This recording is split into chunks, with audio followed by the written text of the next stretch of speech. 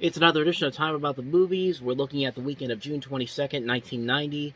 And we start off this week with one of the big movies of the summer movie season.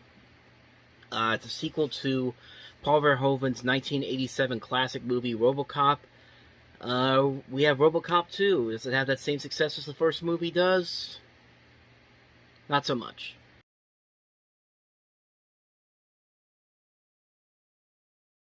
Hey, want to see the one scene that makes this movie almost redeemable? Can't shoot a kid, can you, fucker?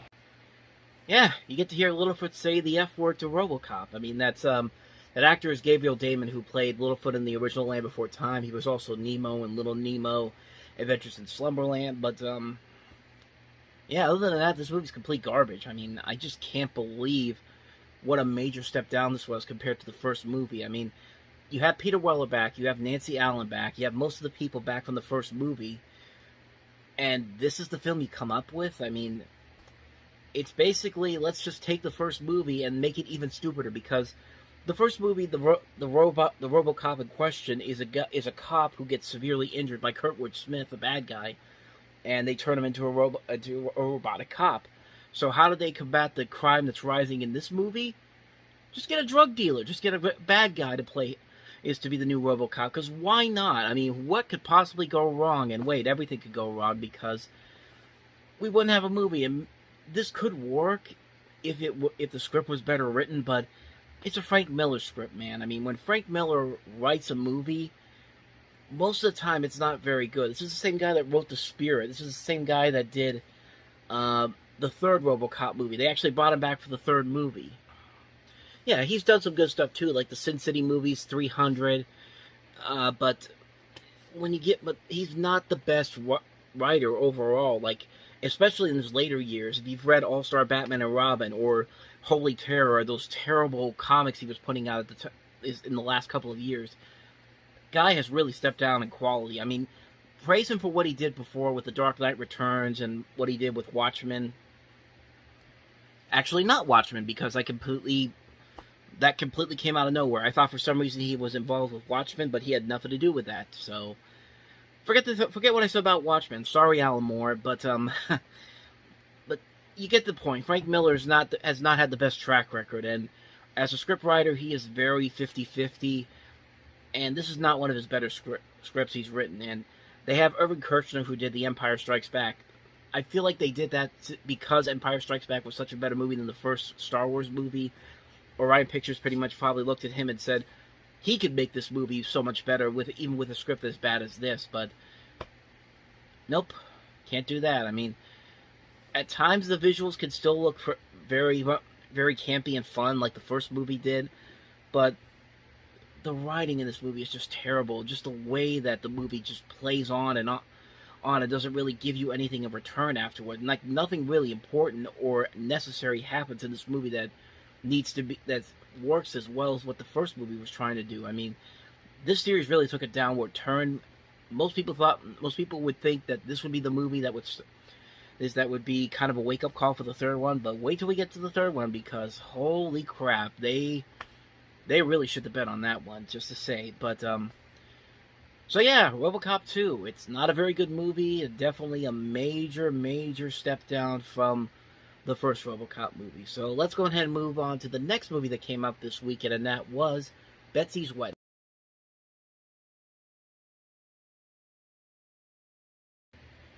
Yet another disappointment for this weekend. I mean, Alan Alda usually, when he writes and directs a movie, it's usually pretty good. I mean, he doesn't usually make bad directorial efforts. He may make a bad acting movie here and there, but you can always tell that he's putting his all into whatever movie he puts himself into. And this is one of those movies where I think his intentions were in the right place, but it just didn't pan out as well as I think they wanted it to. Even with a great cast that includes people like Madeline Kahn, Molly Ringwald, Ali Sheedy, Joe Pesci, Anthony LaPaglia, Catherine O'Hara, Burt Young, Joey Bishop, Dylan Walsh. This is a great cast, but the writing in here is just not very good. I mean, it's a movie that I feel like could have been a whole lot better than what they gave us, but it just doesn't work. And, you know, for Joe Pesci to be in this movie, and he was asked about the film later on, and he didn't even want to discuss it. Usually you get that with movies where more like action movies or something that had a big budget or something like that. You don't usually hear it with movies like this unless they're really bad. Like you don't,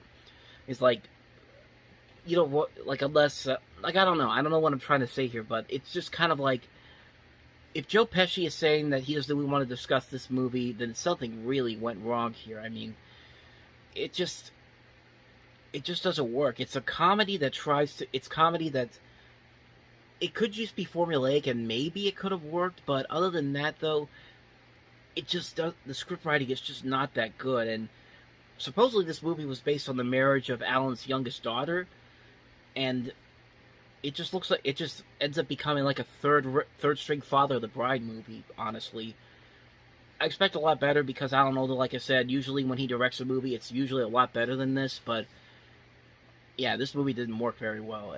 Betsy's Wedding came and went. Great cast, great director, great star. Just didn't work out in the end overall. So let's go ahead and move on to the last movie.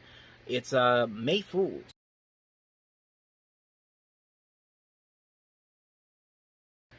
From Louis Malle, the director of Atlantic City, and My Dinner with Andre, we have May Fools, which I haven't seen before, but you know, Louis Malle has been a pretty decent director in most of his career. Like he also would later do Damage, which was a pretty good movie, and Vanya on 42nd Street, which is a pretty good movie.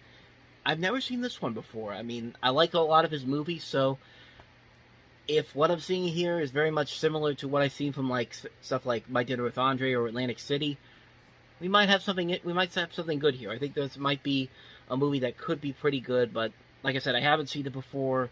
Can't really discuss it all that much, but looks promising enough. Maybe I'll check it out one day. So, quick thoughts on the May Fools trailer.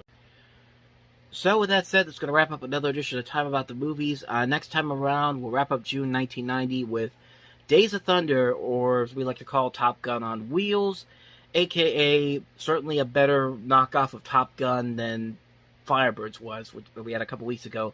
It's one of the worst movies of 1990 regardless, as is Ghost Dad with Bill Cosby, because this and Letter Part 6 will clearly be the biggest blemish of Bill Cosby's career, no matter what happens after this point.